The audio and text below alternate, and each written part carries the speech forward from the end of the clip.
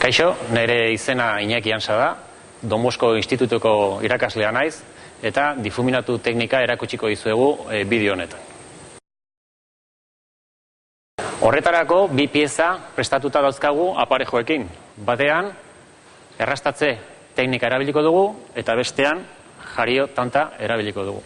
Lixeketa, hasi baino lehen, pieza behar bezala garbitu behar dugu. Eta horretarako, produktu koipega betzaile bustitako paper bat pasako dugu eta jarraian beste paper lehor bat kontrako norantzean, horrela, zikinkeria jasoko dugu eta elektrizitate estatikorik ez dugu sortuko.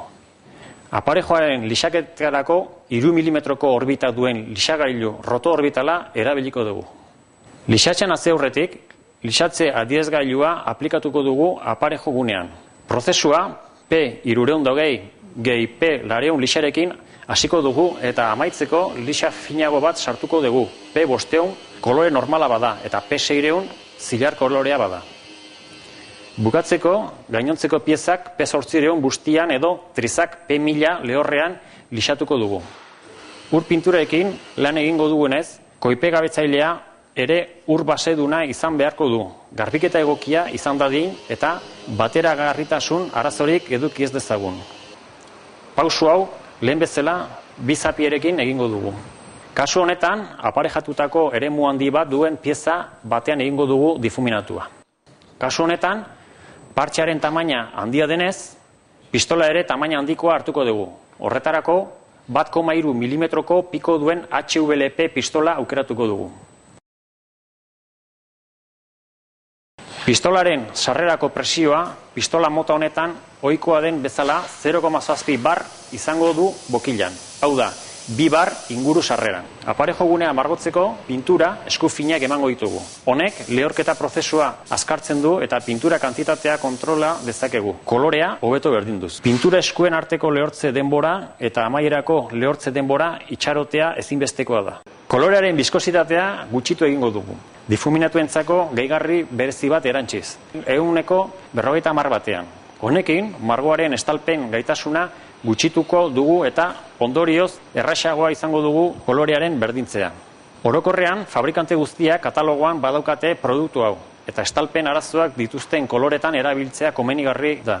Difuminatu beharreko eremua imaginarioki mugatu dugu. Kolorean berdintze hobeagoa lortzeko presioa gutxitu egingo dugu. 1,5 bar pistolaren sarreran jarriaz. Difuminatze margoa aplikatzeko modu desberdinak ditugu. Errastatze, jasotze eta tanta jarioa.